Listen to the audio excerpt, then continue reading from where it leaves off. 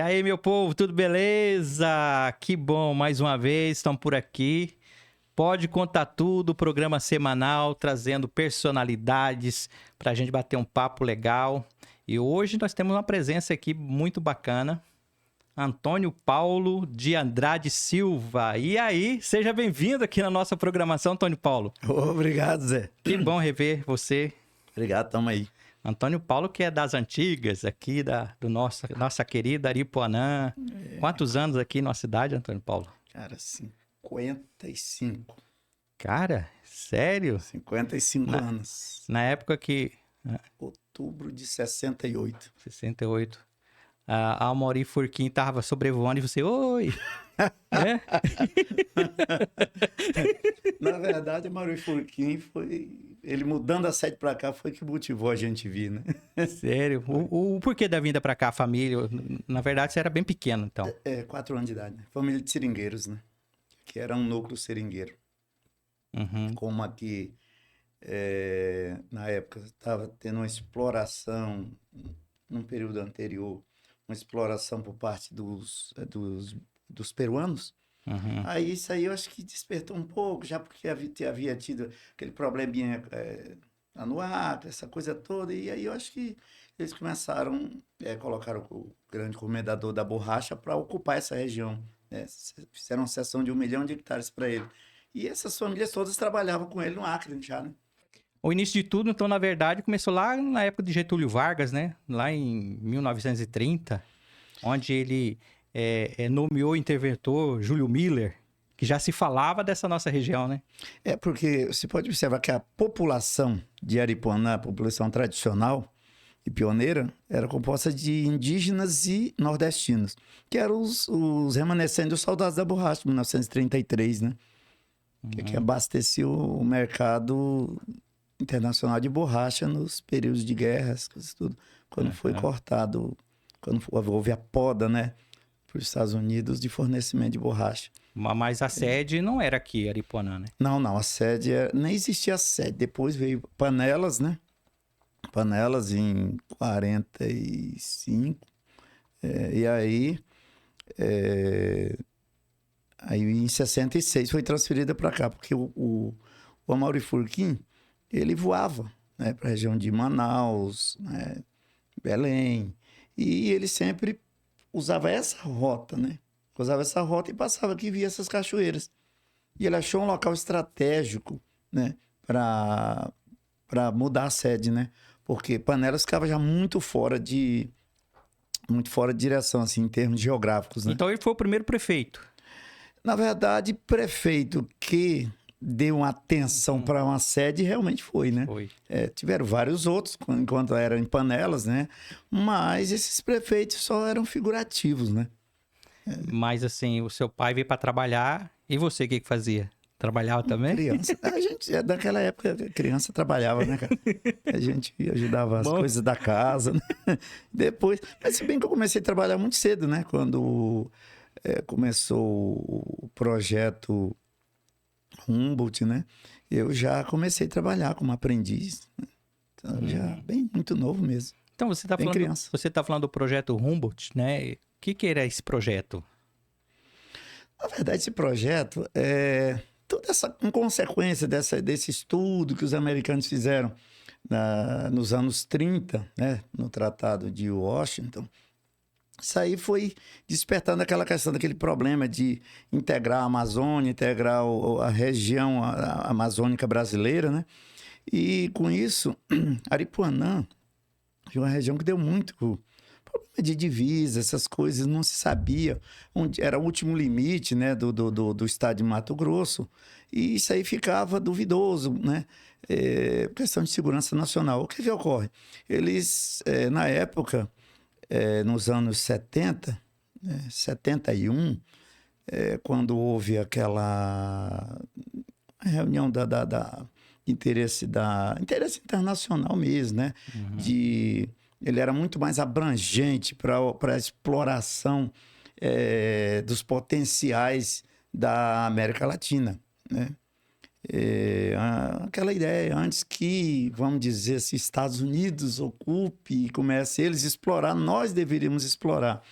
Então, e aí em 72, aquela reunião do meio ambiente já das Nações Unidas, né, Estocolmo, lá foi tratado essa questão e em 71, quando ocorreu a reunião que foi financiada pela Unesco em Paris, já mobilizou a criação desse programa aqui no Brasil. O Brasil gerou um convênio, isso aí tudo, aí se formatou isso aí. E isso aí, em 73, após a reunião de 72 das Nações Unidas, em 73, aí foi feito o convênio. Ministério do Planejamento, Ministério de Educação e Cultura, Ministério do Interior. Os 3 ministérios se juntaram para criar o Projeto Aripuanã. Que inclusive tinha a participação da UFMT, né? Que era o braço do Ministério da Educação e Cultura, né? No estado. Aí você falando dos Estados Unidos aqui, inclusive na região teve uma expedição, né? Do então Roosevelt. Sim, época, lá na época da guerra, né? Período. Isso. É que, na verdade, o rio era um dos poucos rios que não se tinha conhecimento dele, né? Não sabia onde nascia, onde caía. Mas, na verdade, não era conhecido para eles, mas para os soldados da borracha todos conheciam. Era o Rio Castanho. Aí, para eles lá no alto escalão burocrático, não existia, não tinha nome, por isso colocaram Roosevelt. Mas é o nome do presidente. Que, então. Se você vê, por exemplo, a família do finado Eugênio, né? Que falava com o Cabo Eugênio, eles moravam no Castanho. Então, se você perguntar hoje, os remanescentes, vai falar onde vocês nasceram. Nasceu no Castanho, que era o Rio Roosevelt. Né? Que o pessoal fala Roosevelt, né? Porque não conseguia falar Roosevelt. É, né? Roosevelt. Na verdade, é o Rio Roosevelt por conta da expedição. Da expedição do presidente, né? Da época. Aquele período que ele ficou sem mandato lá, ele... Então, você falar de vir aqui para Aripuanã já faz todo esse tempo. Como que chegou aqui? Você veio de avião, de barco ou a pé? Barco, todos vinham de barco, né? Barco. Todos de barco. É tanto que onde ia a fazenda, a maioria não chegava, morria antes, né? Tanto nossa família, nós somos em vários, só chegamos, de 3 filhos, só cheguei eu, em Aripuanã, Sério? né? Ali no Bom Sucesso mesmo, é onde tem o cemitério desses remanescentes, né? De seringueiros. Mas aí, de que maneira morria? Doenças? Doenças tropicais, né? Malária, hepatite, essas coisas. Principalmente essas duas, né? Muitos animais tinha aí? Muito animal. Era rios muito ricos de peixes, né? Muitos animais. Inclusive, existia uma prática na época que era o comércio de peles de animais silvestres, né? Onça, gato. Então, depois que se instalaram aqui, o início de tudo foi ali onde que é o setor mangueiral, né? Isso. Ali onde tem o mangueiral mesmo, né? Que já era um entreposto de seringa dos peruanos, né? Que aquilo ali... eu acredito que ainda tenha árvores remanescentes dos anos 1911.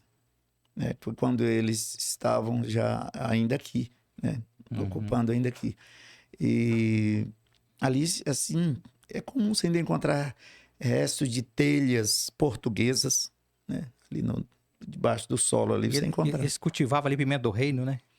Não, o pimenta do reino já foi no INPA, né? Já no INPA. Já no INPA. Já era outro projeto. Já era o projeto Aripuanã. Fazia parte das experiências no final do programa, né? Porque esse programa desapareceu, né? E na verdade era um projeto chamado Projeto Cidade Laboratório, que tentaram montar ali, que era para fazer pesquisas, na verdade, né? Na verdade esse programa, ele visava uma ampla pesquisa para conhecimento e futura exploração dos recursos naturais da América Latina. E esse programa, esse projeto pioneiro Humboldt, que era o projeto Aripuanã, era o mesmo projeto Aripuanã, a parte educacional dele, que era a cidade universitária de Humboldt, era onde ocorreram os intercâmbios acadêmicos com vários países, né?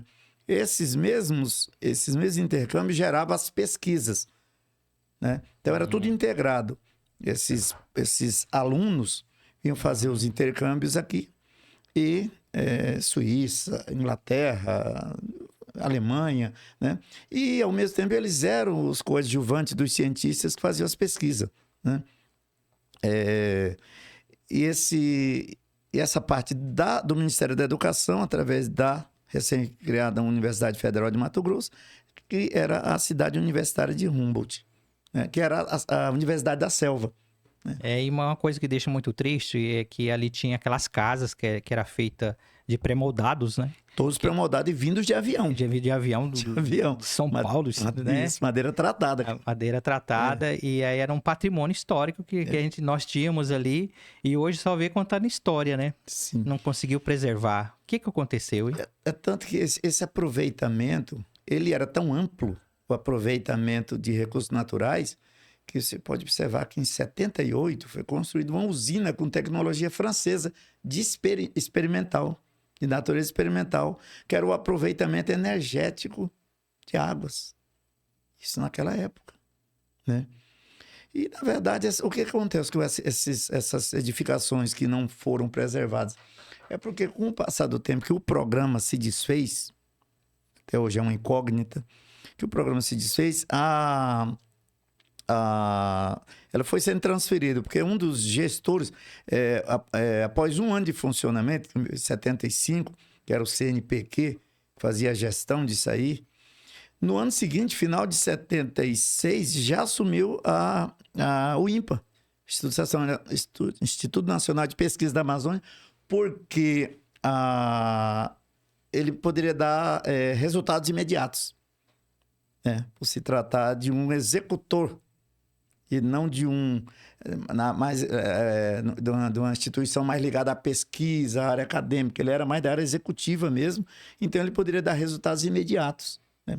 Inclusive, dentro do conceito de integração de quem estava no lugar com o que se propunha de exploração dos recursos naturais.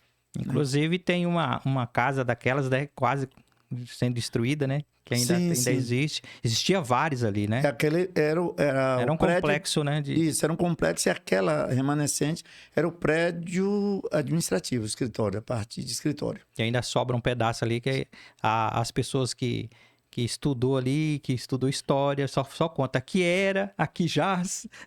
Mas aí, o que manteve em pé foi aquela casa de pedra. Me diz aí, todo mundo tem uma especulação sobre essa casa de pedra. Um fala que é o forte, um fala que era uma estrutura para uma caixa d'água. Você que ajudou a construir, o que era? Na verdade, meu pai trabalhou lá, né? Foram os mesmos profissionais que construíram o canal da usina, construíram também aquela casa de pedra e a Praça Três Poderes ali embaixo, né?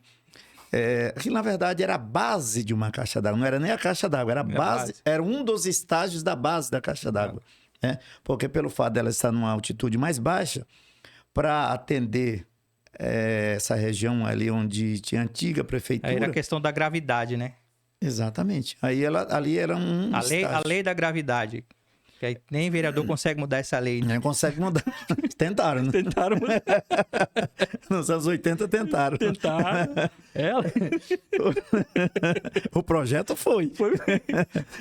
Então, naquela era o estágio, era um estágio da base da caixa d'água. Então, tem especulação. Então, o Tony Paulo está explicando aqui, né? Aquela ali não era um forte porque não fazia nem sentido, né? Como que você ia esconder dos índios ali e os índios iam ficar te esperando até tu sair dali? Não faz muito sentido, E né? até porque foram os índios que procuraram se unir à sociedade local, né? Porque eles começaram a ter curiosidade, desde que eles começaram vamos dizer assim, saquear algumas coisas e consumir produtos das casas dos ribeirinhos, das coisas. Eles começaram a tomar gosto por essas coisas. Mas houve conflito também com o indígena. Houve vários conflitos, né? Mas é aquela tem coisa... Tem o queridão que tem umas vestígios dos conflitos, não tem? Tem, é o queridão. Ele levou foi um caso, né? Mas tiveram vários que tiveram esse tipo flechadas, de... né? Muitos foram mortos, né? Com muitos índios também, né? Também tinha os caras ficarem olhando nas Índias, né? Não, na verdade, isso aí... Na verdade, mentalidades doentias que metiam na cabeça daquelas pessoas que essas duas civilizações deveriam se confrontar e não se conhecer e se unir, né? E aqui nossa região tem um histórico muito estranho e também sofredor sobre a questão indígena, né? Tem a questão do Paralelo 11, que na verdade a gente nem vai entrar no tema aqui, porque é um assunto bem complexo, né? Se me engano, por ali, né? Não é mais que pega a nossa região aqui. Então, essa nossa região tinha esses conflitos indígenas e o motivo de ter a cidade aqui perto devido também à abundância, né, de água, cachoeira. Sim, e esses recursos, porque eles começaram, inclusive, com esses contatos, começaram a adquirir doenças, né? E alguns elementos, de algumas pessoas do meio, entre os ribeirinhos e esse pessoal, os caçadores de pele, eles já tinham estabelecido contatos, já existia uma certa vivência. Mesmo que não fosse no mesmo habitat, no mesmo ambiente, mas em momentos ou outros eles já conviviam. Tá? E eles, confiando nisso, buscaram. Né? Foram umas 2, 3 tentativas até que, por fim, conseguiram se integrar. Né? E hoje ali naquela região ali também tem a Avenida da FAB. Por que chama Avenida da FAB ali? É porque ali era pista de pouso que pousavam os aviões da FAB. Porque quando mudou a sede para cá, uma das primeiras providências do Amaury Furquim, como todo núcleo que se formava naquela época, inclusive grandes propriedades de terra, era um dos compromissos era a abertura de pistas de pouso, né? E naquele declive todo, a pista? É porque, na época, eram só pequenos aviões, né? O avião do Amaury Furquim mesmo. Esses pilotos de pequenos aviões, eles eram verdadeiros heróis, né? Eles pousavam em qualquer lugar. Como foi depois, eles virou modelo para as pistas de garimpo, né? Ali era uma pista de pouso e o Búfalo da FAB, ele pousa em trechos muito curtos, né? E ali, por ser o primeiro avião que vinha trazer recursos de saúde, essas coisas, trouxe esse material para a construção dessas casas, todo o aparato científico, né? Inclusive caminhonetas, aquelas F-75, né? As caminhonetas vêm de avião. Tudo neles. Tudo isso aí colocaram o nome de Avenida da FAB. Da FAB, tá. Porque a BR aqui demorou, né, para sair. Demorou, sim. Isso aí, quando a BR saiu, deixa me ver, foi por volta do período... Mas nem era essa 174, na verdade. Não, na época era a R1. Ela era um trecho municipal, né? Era um ramo municipal de uma rodovia estadual. Era a R1 ou o MT, que coincidia um trecho com a MT 420, que é pelo Vale do Sonho, né? MT 420. Mas você viveu a vida toda aqui ou você saiu por um período? Como que foi? Não, vivi a vida inteira aqui, só saí para estudar e passear mesmo. Ah, tá. É porque, tipo assim, a gente sabe que você tem uma vocação que é tocar e cantar. Você aprendeu sozinho? Sozinho, autodidata. Autodidata? Sim, aprendi. Não aprendeu a tocar com berimbau, não, né? Não, na verdade, meu pai fez um violãozinho para mim de lata de goiabada, né? E aí eu comecei, aí uma vez ele viajou e trouxe um... Carregou o banjo. Foi dali que foi inventar o banjo. Meu pai ajudou a inventar o banjo, né? O banjo amazônico. Então, é isso aí, cara. E aí você começou a cantar e tocar, cantar? Tocar. Aí na época, era muito comum, no meio desses nordestinos que estavam aqui, como sirigueiros, você encontrar bons músicos, bons cantores, bons então músicos. Só na base do olho e... na base do olho, né? Olhando e vendo. Você não tinha como ter instrumentos, essas coisas, né? Mas era muito comum. Então, aquilo lá inspirava, né, cara? Cara, o pessoal te conhece aqui, quando o pessoal fala de Antônio Paulo, todo mundo já lembra de você como um músico, né? Um cantor... É um boêmio, né? Você, eu acho que esse é o fator principal. Você é um boêmio até hoje, né? Tem essa Cara, como que era naquela época, as festas, como que acontecia, que rolava? Na época era muito integrativo, né? Porque nós tínhamos, assim, aquela cultura da serenata, aniversários de casamento, casamentos, então você sempre... recepção de pessoas que chegavam de outras regiões, você recebia as pessoas com serenata de madrugada, né? Sempre na madrugada, né? Aqui não tinha energia, era no escurão. No escuro. Não tinha energia, trem doido, hein? Tudo na lamparina, né? Só posteriormente que tinha motores a diesel, né? Mas era essa cultura, né? E com o advento da música sertaneja para a região, porque até então a música que eu ouvia era música nordestina, né? E com o conhecimento da música sertaneja, aí, gente, um outro colega também seguiu os mesmos passos, né? Ele era 2 anos mais velho que eu, mas também tomou gosto ouvindo a música sertaneja. Naquela época eu ouvia-se aqui a rádio Caiari de Porto Velho, tinha uma... Como é que é? Aqui se ouvia a rádio Guaíba de Porto Alegre, você acredita? É que as rádios AM antigamente você colocava uma antena no toco, ela funcionava, né? Não, você vê as distâncias, né? Tinha as potências, né? A rádio era a frequência modulada, né? Aí todo mundo, assim, começou a avançar, indo pro sertanejo, né?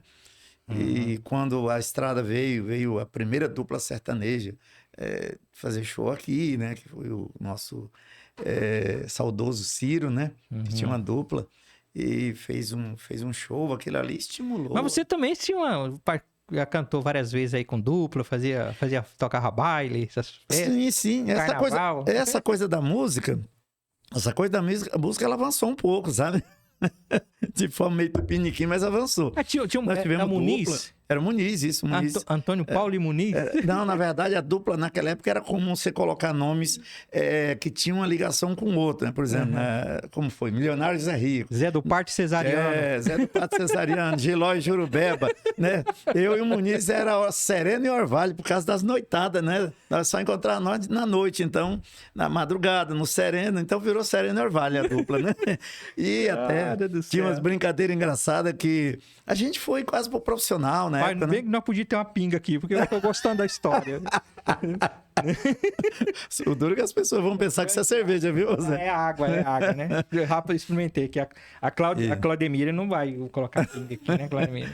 Então, cara, mas essa coisa aí da dupla foi engraçada, né? Tem umas passagens bem humorísticas dessa dupla. Imagina, hein? Fazendo que show, as mulheradas. Eita, trem. As índias. Não podia jogar calcinha porque não tinha. Gente, ó, nada mais, nada menos, eu tô aqui com uma pessoa que tem a participação do hino de Aripuanã. Conta pra gente aí, qual que é a sua participação do hino da nossa cidade, que é um hino maravilhoso. Quem escreveu, quem convidou para você participar? Isso aí foi uma das etapas musicais, né? Depois de virar guitarrista, de banda de carnaval, violeiro de dupla sertaneja, tudo isso, aí fomos para a parte mais, teoricamente, mais séria, né? Eu fui o autor da melodia da música do hino de Aripuanã e fui coadjuvante na autoria da letra, né? Na letra. No entanto, eu assumi a autoria da música e o então prefeito José Hidalberto da Cunha, que foi o autor da maior parte da letra. A minha parte na letra foi mais o refrão e eu compus o refrão e coloquei na métrica algumas coisas para se adequar à música que foi inspirada, né? Tanto que a gente criamos ela numa viola, né? Viola mesmo, viola sertaneja, não foi nem violão, nada. Criamos nela e isso foi em 1984, se não me engano. Pois é, e infelizmente assim, a gente fica muito triste porque as escolas hoje não incentivam mais nessa parte cívica, né? Onde que os alunos cantam os hinos e conhecer o hino, não só o hino nacional brasileiro, como os hinos dos locais, das cidades, né? Sim, o civismo, né? Esse espírito cívico diminuiu muito, né? Isso aí não deixou de ser prioridade nas escolas. Naquela época, nesses anos, os anos 70, por exemplo, que a gente viveu, os anos 70 ainda e parte dos anos 80, isso ainda era muito forte, né? Assim, aquela imagem do conceito cívico, militar da coisa que envolvia todo jovem queria servir a pátria, tal, não era nem mais por obrigação, se tinha gosto, se sentia prazer. Aquilo foi acabando, né? Foi acabando em função da imagem que se criou em 64, né?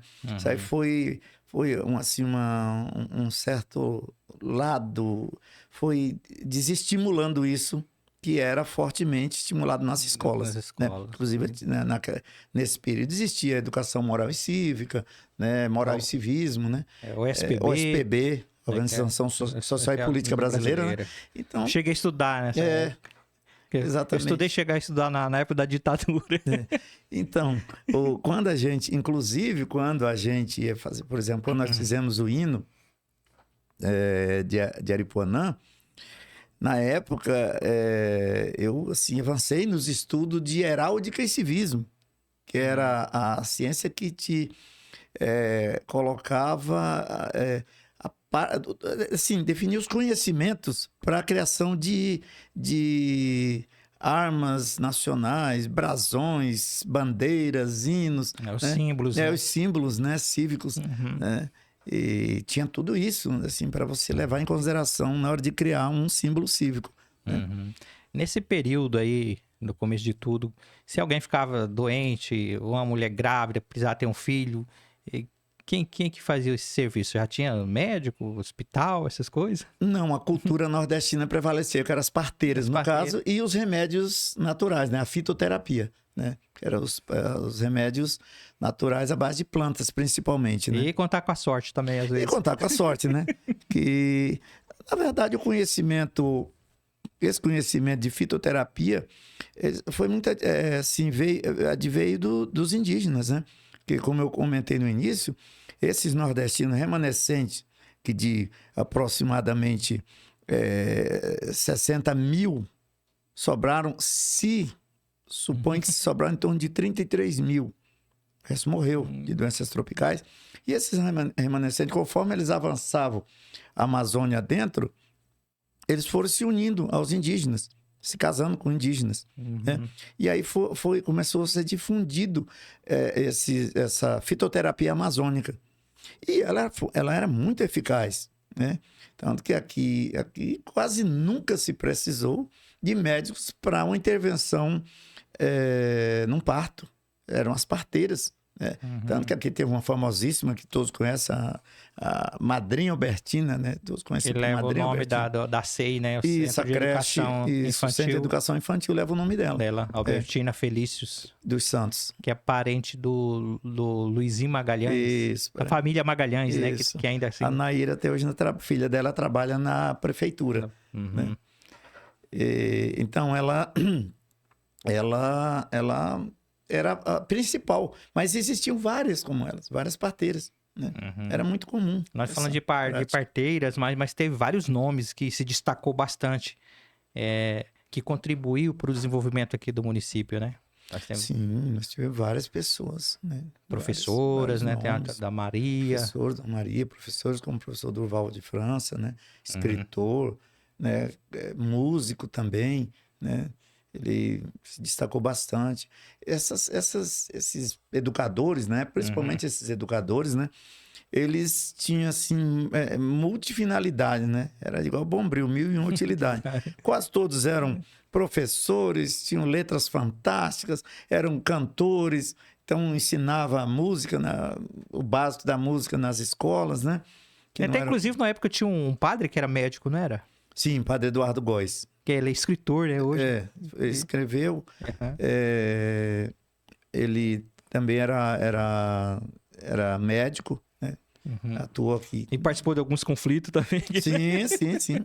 Conflitos políticos, né? É verdade. Falando em política, como que começou a funcionar a política, ter uma prefeitura de verdade, né? Antes que era tudo nomeado ainda, né? Tinha prefeitura antes de ser o eletivo?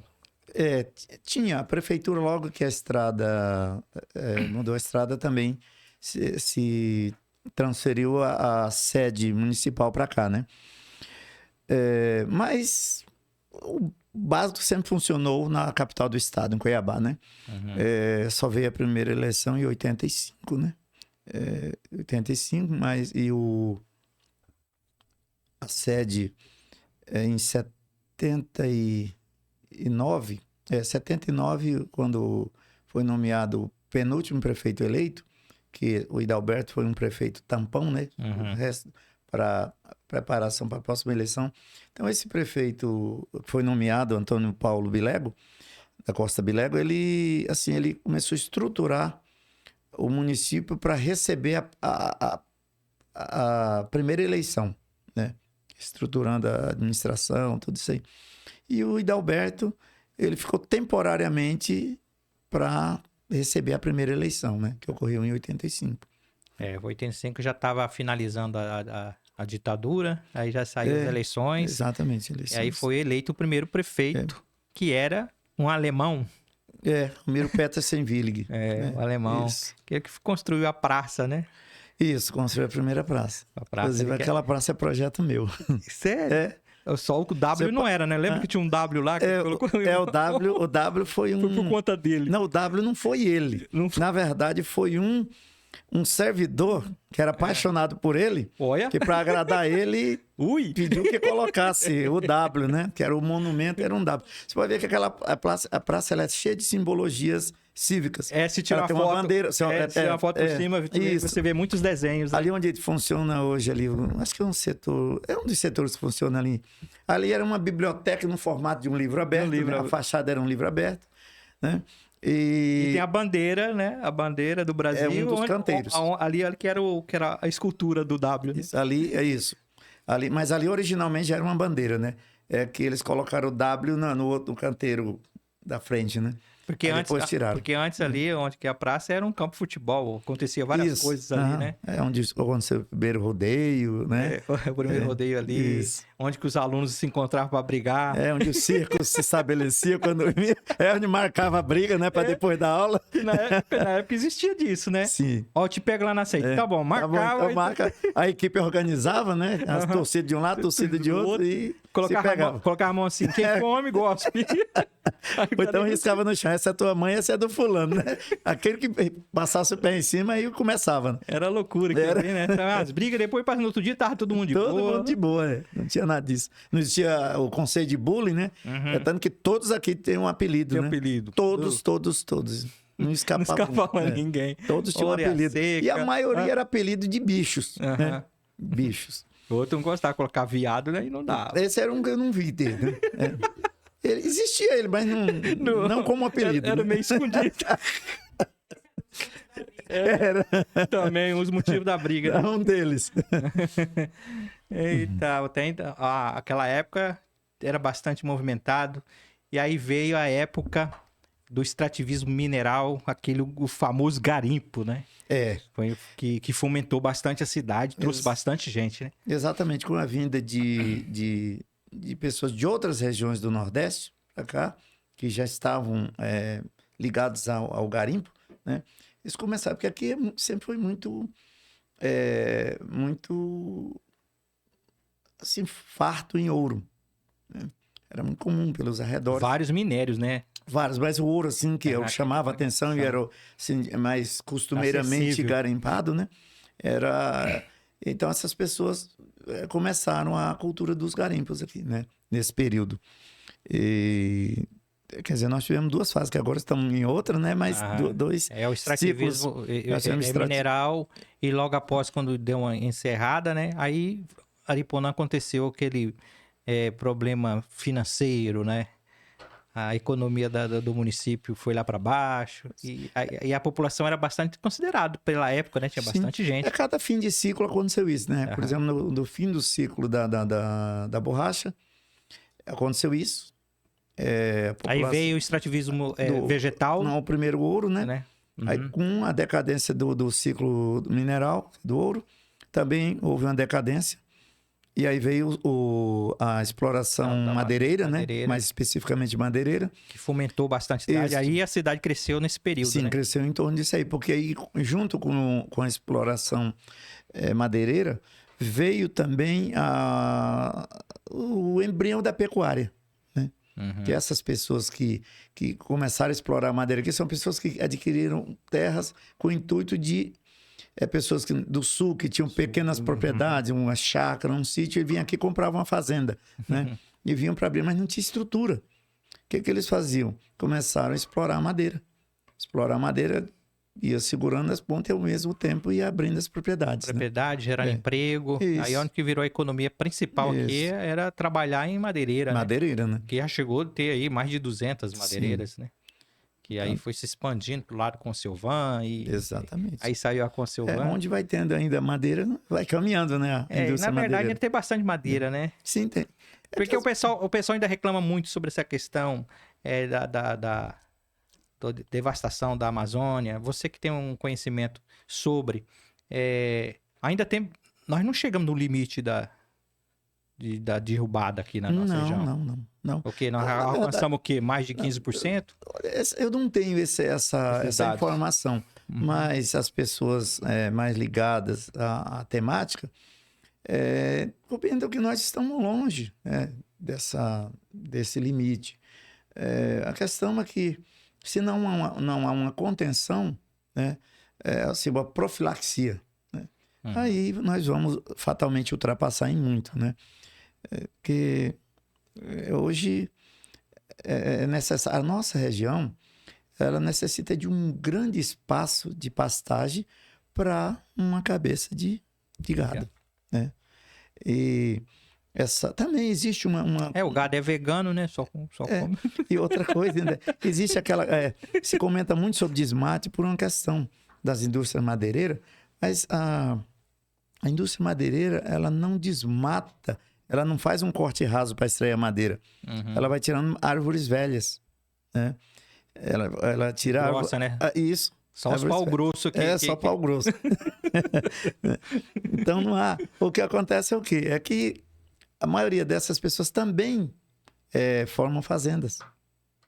Eles também formam fazendas. É isso que promove o desmate. Não assim, basicamente a exploração madeireira, né? Antônio Paulo, a gente percebe também que Aripuanã tem um potencial exuberante, né, incomparável de exploração ainda sobre a questão do turismo e principalmente o ecoturismo, que é o forte aqui da nossa região, e muitos municípios adorariam ter o potencial turístico que a nossa região aqui tem. E até hoje a gente não vê assim um projeto que vem de encontro, né, para explorar e começar a fomentar e viver-se de turismo ou ecoturismo aqui no município. O que você tem a dizer isso? Por que você que já trabalhou muito no público também, né? Você já... 42 anos de serviço público. Serviço público. Na verdade,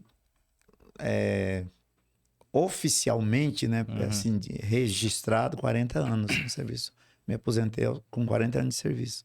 Você que tinha os ouvidos lá no público, o que você ouvia falar sobre? Ninguém dá muita importância pro turismo, sendo que muitas cidades com menos potencial do que o nosso se vive quase exclusivamente do turismo ou ecoturismo. O que ocorre, Zé? Nós que temos outros potenciais imediatos, né, como do Casa Madeira, como foi a fase de garimpo, de ouro, nós nos apegamos a isso e aí passamos também o viés político, ele impediu isso aí. Por quê? Quando se formaram a moda da política profissional, né, onde é fácil, aquela história do cara que ele trabalha na condição de semi-escravidão quase, ganha isso aqui, chega no final do mês o patrão diz, olha, eu preciso reestruturar a empresa, porque senão no mês que vem nós não temos mais serviço. Então você não me empresta teu salário? Tá? Ele empresta o salário. Aí o patrão faz o que quer com o dinheiro dele, aí ele final de semana vai descontrair um pouco, mas sem dinheiro, vai para um boteco, chega lá, o patrão dele passa, paga uma cachaça para ele ficar alegre, ele fica alegre dando risada e achando o patrão o máximo porque pagou a pinga com o próprio dinheiro dele, né? Aí no outro mês, a mesma coisa. A nossa condição política é essa. Nós somos os produtores de riqueza, nossos recursos retornam em forma de migalhas através de deputados, senadores, emendas e essas coisas, e nós ficamos sorrindo com isso, com essas migalhas que chegam. E nós não atentamos pro verdadeiro potencial nosso, fazer com que ele produza riquezas que fiquem. Porque tem riquezas que elas não ficam. Nós ficamos com pequenos percentuais. E tem produtos, tem ramificações dessas riquezas que elas ficam.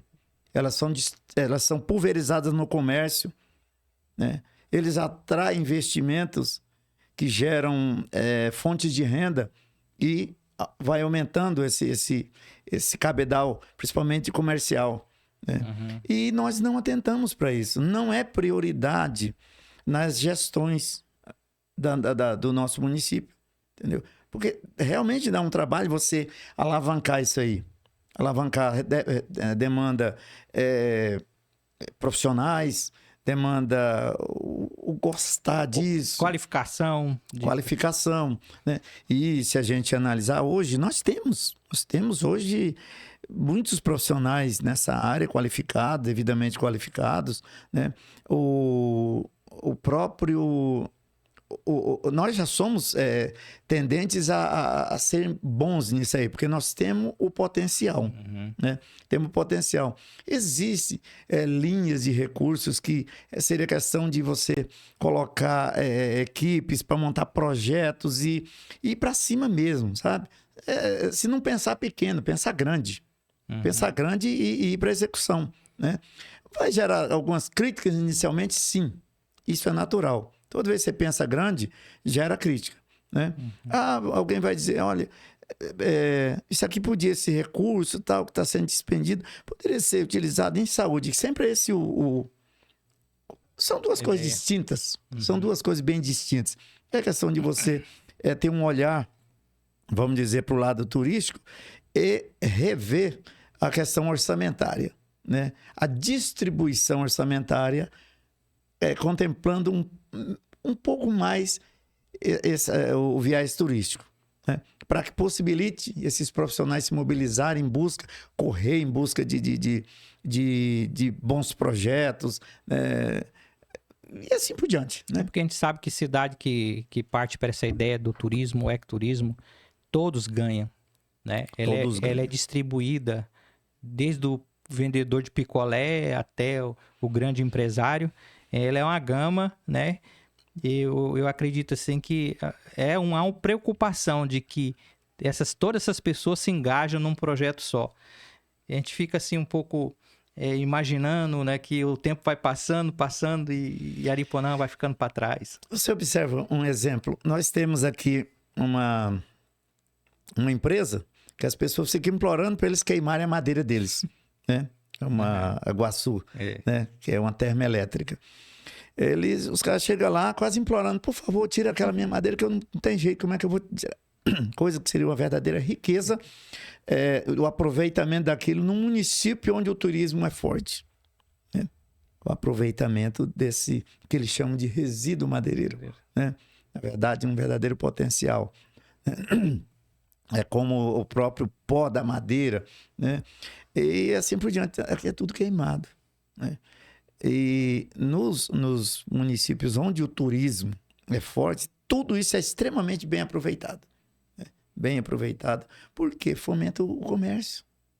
E não é só o comércio local, nem regional, é o comércio internacional, né? Você vende tudo, você vende da imagem aos produtos físicos. Você vende internacionalmente. A gente tem um exemplo de um município próximo que já fez até parte do Aripuanã, que é a Alta Floresta. Alta Floresta, que a ideia era ser um grande município e Sinop chegou e tomou, né, tomou a frente e acabou crescendo Sinop. Mas a Alta Floresta foi projetada para ser, né, uma cidade enorme e ter um potencial turístico. E hoje lá se vive muito de turismo, né? Sim. E você sabe que tem um parque do Cristalino. Lá é muito, muito assim, o turismo ecológico, né?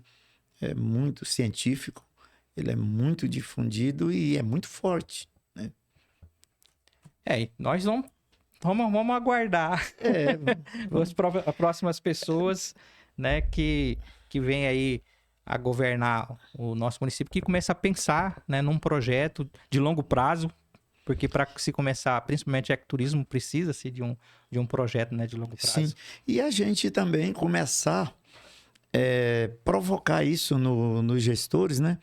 Levar essa ideia, tentar vender essa ideia, nós, como a principal parte interessada, que somos munícipes, né, levar esse pensamento para os gestores, né, para que eles comecem, talvez de tanto a gente incomodar, né? Olha, dá uma pensada, dá uma analisada, olha, observa a Alta Floresta, observa tal lugar, tal. Talvez, em um dado momento, a pessoa volte os olhos para essa situação e perceba que nós estamos abdicando da verdadeira riqueza nossa, Antônio Paulo, futura, né? vamos falar um pouquinho sobre você, sobre a sua profissão hoje. Qual que foi o primeiro contato com a topografia? Como que surgiu essa ideia de ser um topógrafo? Na verdade, eu, na 86, por aí, 85, quando o primeiro prefeito eleito, começou a sentir as dificuldades sobre a questão urbanística. Ele precisou contratar serviço de topografia. Essas pessoas tinham que vir de fora. E nenhum topógrafo gosta de desenhar, né? Eu já tinha passado também pelo desenho artístico e publicitário, já dando minhas pegadinhas no desenho técnico na área de desenho de arquitetura. A prefeitura contratou um topógrafo e aí ele não gostava de desenhar e me treinou para o desenho topográfico, para poder a coisa andar. E o município não ter que contratar mais uma pessoa, né, para não onerar mais.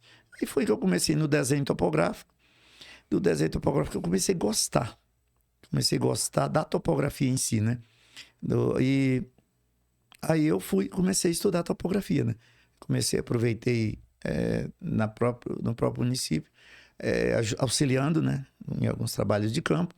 Aí tinha pessoas que, quando eu comecei, eu não parei apenas no desenho, comecei a calcular também, fazer cálculos de topografia, né? Eu sempre fui muito autodidata, né?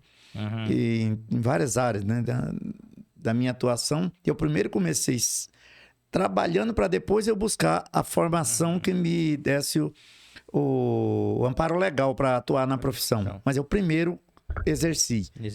Primeiro aprendi, exerci para depois legalizar a profissão. E na topografia não foi diferente, né?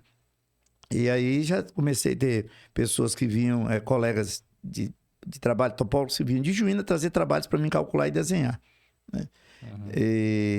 E aí eu fui avançando e paralelamente ao meu trabalho público, né, eu passei a trabalhar com a topografia. Uhum. Né? Para os leigos, explica pra gente o que é a topografia em si. Na verdade... O que faz o topógrafo? Na verdade, eu sou agrimensor. A topografia é um ramo da agrimensura, né? Vulgarmente, é a pessoa que mede terra, né? Uhum. Isso aí é como as pessoas entendem melhor a topografia. Na verdade, nós trabalhamos com a área de, sim, a medição de terra, os levantamentos de obras e a locação, quer dizer, a demarcação das obras para serem construídas, né? É a topografia que faz esse trabalho, né? A regularização de terras, né? Por exemplo, você tem um terreno, ele é irregular, para ele chegar ao ponto de ele não ter documento nenhum e chegar a um registro no registro de imóveis, quase todo o processo passa dentro da topografia. Tá? Aí um pequeno viés jurídico tem ali nesse meio do caminho e na finalização. Mas o resto todo passa dentro da topografia. Então a topografia é uma profissão milenar. Sim, ela foi largamente utilizada, sim, quando ela teve destaque, passou a ter, inclusive esse nome que ela teve, de agrimensura, foi no Egito Antigo.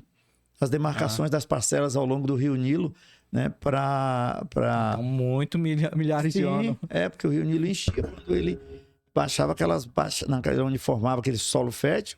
Então, ele toda vez tinha que redefinir as parcelas para que fosse ocupada de forma regular e justa, né?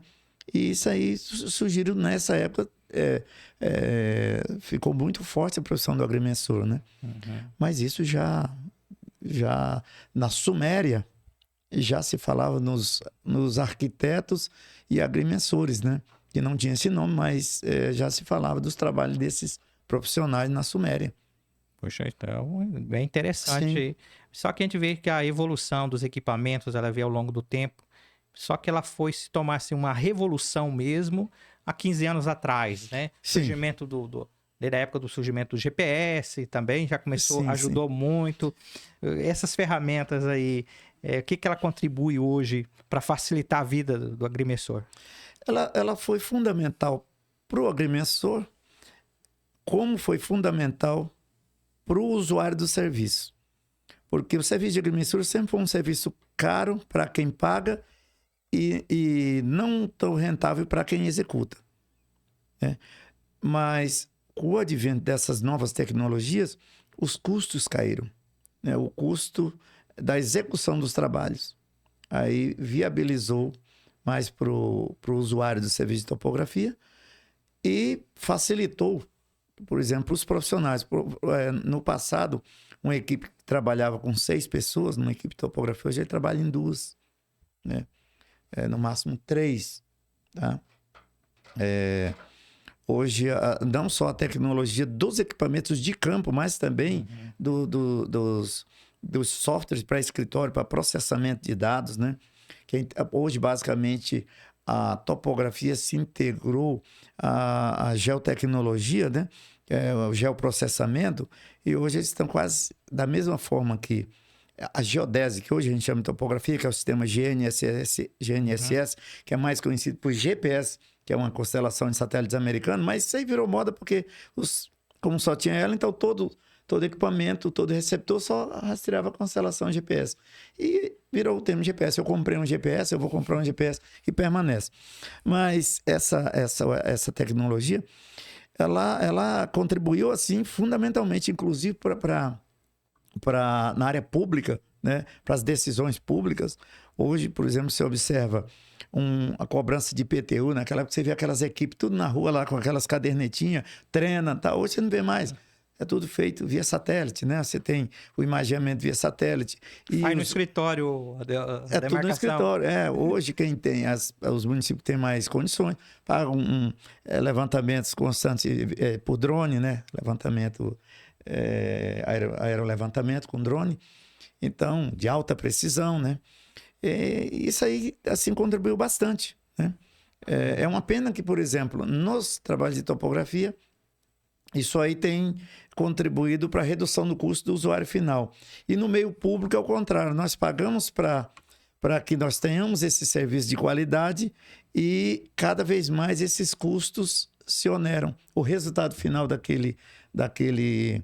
dessa facilitação, o produto final se torna mais oneroso. E eu não estou falando de Aripuã, não, estou falando em termos gerais, né? Como, por exemplo, o Imposto Territorial e Predial, né? O IPTU, o INSS, por exemplo, né?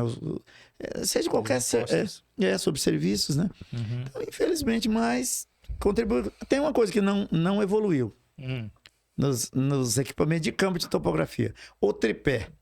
Até hoje é o mesmo tripé. É aquele tripézinho onde os equipamentos vão em cima, né? Ainda bem que o drone veio aí para não precisar de tripé, né? Na época, quando não tinha o GPS, ia fazer grande demarcação, tinha que cortar tudo trecho no pezão? No pezão mesmo. Você, para começar um trabalho, você tinha que fazer observações para achar o norte, observações pelo sol ou por estrelas, né? Aí a metodologia que o Rondon, na época da expedição do Roosevelt, definiu ali a divisa do estado do Amazonas que tem um marco lá, né? Marco histórico, né? Com a latitude definida, com um erro mínimo, usando esses equipamentos rudimentares na época, né? Então, era essa metodologia que a gente usava até recentemente. Né? Às vezes, a gente observa grandes erros, que acaba até virando meme, tipo em rodovias. Tem a ver com erro com engenheiro ou topógrafo que faz aqueles erros ali? Olha, a maioria, os erros de hoje, a maioria são erros de não ter conseguido saber aonde terminou a topografia convencional e onde entrou a topografia moderna. Que, por exemplo, um norte que o GPS define é um norte, chama norte de quadrícula. Um norte definido para mapeamentos de cidade, rodovia e tal, ele é um norte definido pelo Sol, pelas estrelas, mas que pode ser também obtido através de conversões pelo método GNSS, que é do, vamos dizer, entre aspas, do GPS. Esse é o norte verdadeiro, ele tem outra posição. E o norte magnético, que era aquele norte que tudo é orientado pelo norte, na topografia. Uhum. Aquele norte que se utilizava no passado, ele era pela bússola, né? Pelo campo magnético do planeta Terra, né? Então, o que acontece? Esse todo de lugar para lugar e no espaço de tempo, de um dia para o outro, ele já mudou, ele vai mudando. Ele vai mudando, vai até um limite, depois volta, vira para o outro lado, você entendeu? Então, esses erros são muito comuns acontecer. Você confundir, por exemplo, uma altitude que o GPS dá com a altitude real, né? Uma direção. Então, isso aí tem... Os erros do passado estavam muito relacionados com essa questão do norte magnético, o norte verdadeiro, né? E também a falta de bases de apoio para os trabalhos confiáveis. Que hoje nós temos muito. Né? Além da habilidade técnica, como você falou, que ao decorrer do tempo você foi adquirindo essa habilidade técnica, o que mais precisa para ter, além dessas habilidades, para você ser um agremissor de sucesso? Olha, primeira coisa, você ser, primeiro, meticuloso. Não ter medo de enfrentar a dificuldade, porque a topografia ela é uma realidade. Você traz para a teoria, você traz para um papel, vamos dizer assim, esquecer o computador, vamos dizer, que você traz para uma folha de papel o que está lá no campo. Tá? Que está lá no campo. Depois retorna o que você quer colocar no campo, projetando naquela mesma folha de papel. Então, é trabalhoso, é enfadonho às vezes, tá? E muito meticuloso. Caso você cometa um erro ali, você compromete uma obra, você compromete um trabalho, uma lavoura, né? Você compromete esse trabalho. Se você não tivesse cuidado de fazer correto e uma boa apresentação, todo mundo gosta de ver vamos dizer, um mapa entre aspas, ou uma planta bonita, bem desenhada, que isso era comum em todos os agrimensores do passado. Hoje, com o advento dos softwares de topografia, ninguém atenta mais para esses cuidados com a beleza, o belo. Não só o prático, mas a beleza também, né? Que facilite a interpretação. O mapa ele foi feito para o leigo interpretar. Para o topógrafo, ele precisa só de uma planilha cheia de números. Ele não precisa de nenhum mapa. Ele tem que ter a visão da topografia e uma planilha. Já o leigo, o teu contratante, ele tem que bater o olho e ele entender. Isso faz a diferença. Outra coisa, resultados finais, né? Que na topografia, você sabe que hoje a topografia, o que ela mais atua, especificamente no município de Aripuanã, e não é diferente em outros municípios, mas especificamente falando de Aripuanã, são problemas advindos do passado, erros do passado. Então, todo mundo que gastou dinheiro no passado fazendo topografia, ele não consegue conceber que hoje ele tem que gastar de novo para refazer. Um georreferenciamento. O cara gastou um horror de dinheiro para deixar o documento dele bonitinho, paga impostos, paga isso, paga aquilo, tudo bonitinho, registrado, tem um memorial descritivo com um responsável técnico lá, registrado em cartório. Aí simplesmente vem uma norma em que ele tem que medir usando uma nova tecnologia, gastar muito dinheiro para fazer aquilo e fazer todo o procedimento de novo de alterar, cancelar uma matrícula e abrir uma outra matrícula. Você entendeu? É oneroso, demorado, né? É oneroso, já disse, e demorado, e muito burocrático, porque é mais um elemento que a estrutura governamental puxou para si. Reativou uma estrutura que estava morta, que é o INCRA, e colocou sob a responsabilidade dele a gestão disso aí. Você entendeu? Então, é bem complicado. Mas, em resumo, você tendo esses cuidados de fazer um bom serviço, com qualidade, com boa apresentação, preços justos é o fundamental para que você se destaque nesse meio. E faça com amor, né? Uhum. Agrimensura e topografia, qual que é a diferença? É que a topografia, ela é uma, vamos dizer assim, a matemática, ela tem, por exemplo, a matemática financeira, a matemática estatística, a matemática usada nas engenharias. A agrimensura tem a topografia como um desses segmentos. É a que cuida mais de trabalhar mais num âmbito limitado. Por exemplo, a topografia, você trabalha num quadrado, por exemplo, você planifica o terreno num quadrado porque ele não pode ter mais que 50 quilômetros de lado, né? Então, ele é limitado, a topografia é limitada. Se você tiver que fazer mais ali para frente, você vai criar um outro plano. Já a agrimensura trabalha de forma mais ampla, integrada, a geodésia, que trabalharia o planeta Terra inteiro, né?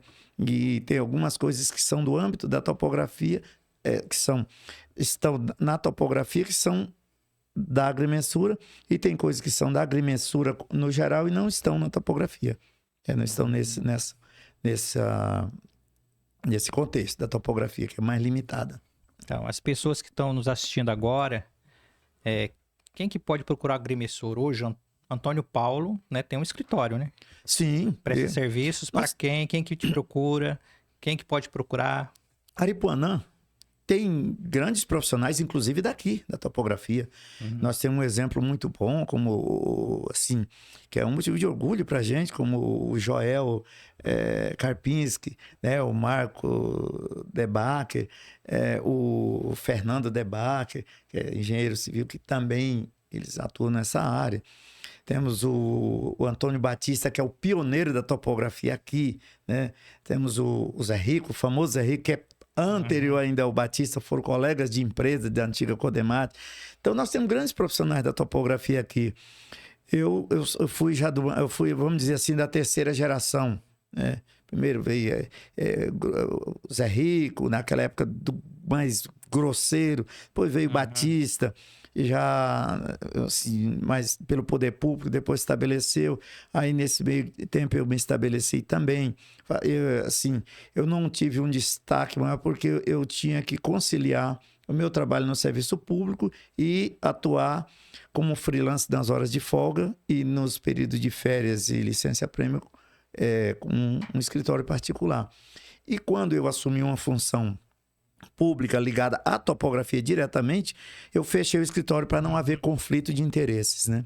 Então, eu fui e continuo sendo um freelance de topografia, né? Eu tenho meu escritório, né? A gente atua hoje com o que há de mais moderno em termos de tecnologia na topografia, né? Tanto na parte de escritório como de campo. Hoje o meu forte principal é a regularização fundiária urbana. Eu estou atuando mais na cidade, chegou a idade. Exatamente, né? O freelance, como é que eu vou tocar o violão no sábado se eu estiver no campo? Não tem jeito, então é melhor da cidade. Que na cidade, a sua equipe? Que faz minha parte? equipe é só eu e meu filho. Todos os demais que são necessários no decorrer de um trabalho, eles são contratados como coadjuvantes, serviços temporários, né? São colaboradores temporários. Então, você tá falando do seu filme, ele ficou gigante, velho. Ficou grandão, né? Que tamanho que era o vizinho? Pois é, rapaz, eu até tive dando uma olhada, eu digo, o pior que o vizinho parecia comigo, cara, né? Mas eu tive vários vizinhos que eram moreninhos e tal, assim, e maiores que eu, né? Isso me deixa meio... Mas o menino era tão desmilinguido, de repente, falei assim, não, Antônio Paulo não consegue fazer uma coisa dessa, não. E quem disse que eu fiz, né? Pai aqui cria, né? Que cria. E nem venha questionar, é meu. A sorte sua que o programa aqui não é de fofoca, porque se nós fosse aprofundar aqui, que o Antônio Paulo sabe dessa galera aqui de Aripuanã, o pessoal tava ferrado, né, Antônio Paulo? Não é fácil, não. Mas é muito bom falar com você, de verdade, né? Você é uma pessoa maravilhosa. Não porque você tá aqui na minha frente, mas eu te admiro demais. O pessoal de Aripuanã te ama. O pessoal tem me perguntado que dia que vai entrevistar o Antônio Paulo. Antônio Paulo tem muita coisa pra contar. Eu falei, não, mas lá não é fofoca, não. A gente conta um pouquinho, nós contamos meio superficial aí, porque... Tem coisa que... Porque Antônio Paulo é daquele cara que chega na festa primeiro e o último sair, né? Com certeza. Onde você arruma esse pique todo, cara? Nem sempre. Às vezes as pessoas ainda perguntam por que eu amanheço tocando violão ainda, né? Eu ainda consigo... tocando bem. Eu ainda consigo fazer isso. É muito comum, a gente às vezes vai, né, tipo, quando eu me encontrei o Ivalfrido, né, por exemplo, que é um antigo companheiro, o Manuel do Correio, né, somos colegas de uma rodinha de viola, nós fazemos ainda isso aí, hoje ainda, só assim, paramos com as serenatas, né, porque as serenatas deixaram de ser moda, assim, é meio chato você chegar hoje... de madrugada na casa dos outros fazendo barulho, às vezes um cachorro pula em você. Naquela época os cachorros tudo conheciam a gente, né? Hoje não. Não conhecem, né? Bastante. Exatamente. A maioria deles estão lá perto da igreja, um cachorro gosta muito de igreja. E de espetinho. De espetinho. Uma hora dessa vocês viram espetinho. Mas ainda a cultura musical aqui ainda permanece. Permanece. Nós, a Aripuanã, ela produziu grandes artistas, né? Porque a condição daqui não permitiu que muitos saíssem em busca de uma convivência mais artística para gerar uma bagagem maior. Porque Aripuanã não tem muito o público, a cultura musical, assim... para o profissional da música, ainda está muito arraigada apenas nos pequenos shows dos ambientes, vamos dizer, lanchonetes, assim, mais baseada só num estilo, por exemplo, a música sertaneja universitária, que é a música do momento. Aqueles demais artistas que têm vamos dizer assim, que tem um repertório mais amplo, por exemplo, principalmente o instrumental, ele não tem muito ainda. Aqui no município de Aripuanã ainda não tem esse espaço, né? Não há um estímulo para isso. E nós temos muitos bons artistas aqui, seja não apenas nos instrumentos de corda, que o meu caso são instrumentos de corda, mas nós temos vários outros instrumentos e grandes cantores e cantoras que nós temos. Eles não conseguem se destacar, né?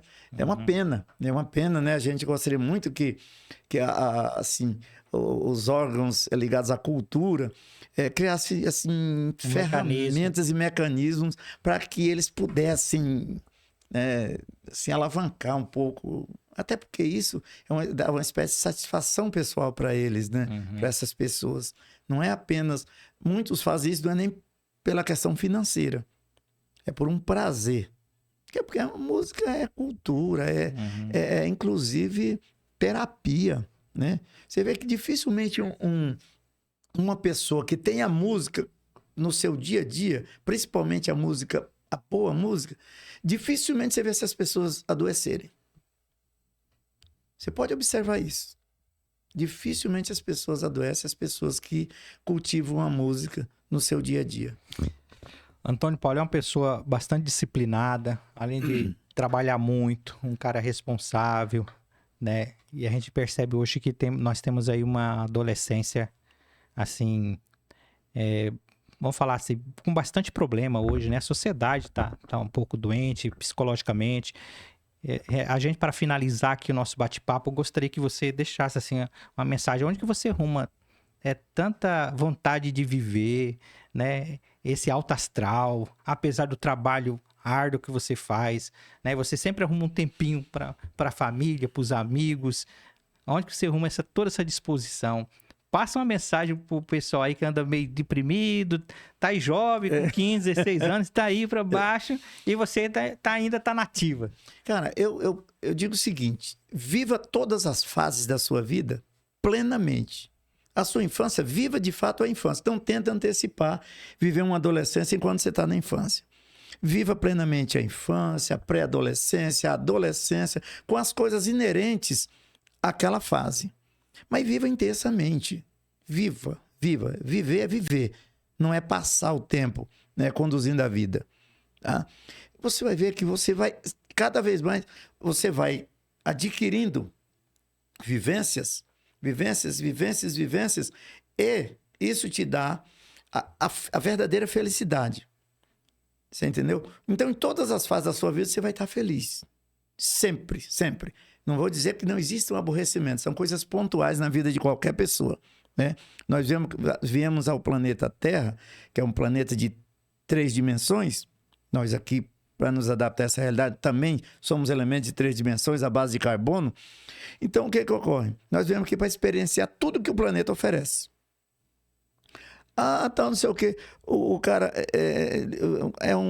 se drogou, um jovem se drogou, ele matou, ele roubou. Ele vivenciou uma experiência, talvez entendida como negativa para nós, mas talvez naquele momento ele precisava vivenciar aquela experiência. Se ela é nociva à sociedade, e ele conseguiu tomar consciência daquilo e se arrepender e se auto-perdoar principalmente, ele pode ter certeza que no momento que ele se auto-perdoar e se propor a fazer dali para frente só o que seja benéfico à sociedade em que ele convive, ele retoma a vida e volta a ser feliz, se ele passou momentos de infelicidade. E dá para fazer tudo um pouco, trabalhar, festar, ler, que você estuda até hoje. Sobra tempo, até hoje eu estudo. Estuda, até hoje né? Estudo, sim. E não pretendo parar, né? Oh, que bacana, eu gostaria muito de agradecer que eu procurei Antônio Paulo se prontificou, né? Veio aqui, entrou com a ideia. Eu sei que tem muita coisa para falar, mas num programa só não dá, infelizmente, né? Mas uma hora dessa vamos marcar assim o programa de fofoca, aí nós vamos contar as coisas profundas. Sim. Rapaz, aqui nós temos tantas pessoas assim que são verdadeiros ícones, né? Em vários sentidos aqui, ainda remanescentes. Você vê, nós temos aqui os caras do futebol, estão aí. Nós temos o pessoal assim, do meio acadêmico, escolar, que tem verdadeiros baluartes ainda aqui atuando, cara. Você entendeu? São pessoas, assim, maravilhosas. Então, essas pessoas, dá gosto de você falar sobre eles, sabe? Então, vai ter momentos que, se a gente voltar a conversar no dia da fofoca, tem coisas inusitadas. Vamos só falar nomes de pessoas aqui, vamos citar nomes. Coisas inusitadas, sabe? Hoje só foi só um temperinho aqui. Olha, né? O problema é que agora vocês devem estar até tremendo na base. Ih, cara, se esse cara voltar ali, eu corro o risco, mas né? Logo a gente vai convidar o Antônio Paulo para falar assim, hoje a gente vai só falar outros assuntos. Nós vamos pautar aqui, porque é muito assunto. Verdade. Né? Dos encontros que teve aí. Antônio Paulo, valeu, cara. Foi muito bom falar contigo. É uma satisfação sempre muito grande estar, né, você passando essa experiência de vida, né? E o Antônio Paulo sempre está à disposição, né? Valeu, mas muito obrigado mesmo. Zé, bondade sua, eu que agradeço a oportunidade de levar um pouco da prosa para os nossos amigos, né? A gente recordar algumas coisas nada de ruim, né? Não temos que reclamar, que a gente viveu uma ótima infância, uma adolescência, uma juventude, a idade madura. Reclamar do quê? Só temos que agradecer a Deus por tudo que nos proporcionou. Da próxima vez nós vamos trazer uma cervejinha aqui, aí nós vamos falar mais umas coisas que tem aí. O que foi de ruim virou experiência. Claro, com isso mesmo. Gente, valeu, mas muito obrigado aí pela participação do Antônio Paulo. E a gente volta noutra oportunidade. Você que gostou do vídeo, compartilhe com a galera aí, que aqui tem história para contar, Antônio Paulo. Forte abraço a todos. Agradecendo a Claudemília, né, que esteve ali nos cortes. Até o próximo programa, gente. Um abraço do Zé Gomes. Valeu. Valeu, gente.